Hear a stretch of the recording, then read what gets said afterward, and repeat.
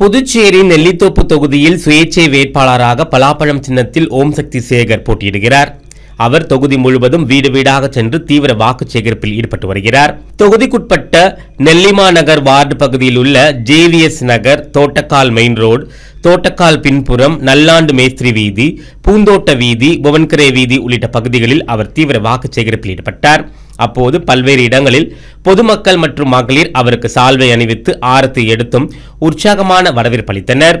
வாக்காளர்களிடம் ஓம் சக்தி சேகர் கூறுகையில், கடந்த சில மாதங்களுக்கு முன்பு குடிநீர் பிரச்சனை ஏற்பட்ட போது உடனடியாக அந்த பகுதிக்கு வந்து தங்களோடு போராடியதை நினைவு கூர்ந்தார்.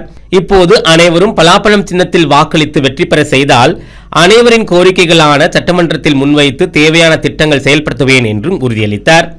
மேலும் நெல்லித்தோப்பு மாணவர்கள் மற்றும் இளைஞர்கள் பயன்பெறும் வகையில் ஜீவானந்தம் பள்ளி மைதானத்தை மேம்படுத்தி சிறந்த விளையாட்டு அரங்கமாக உருவாக்க நடவடிக்கை எடுப்பேன் என்றும் உறுதியளித்தார்.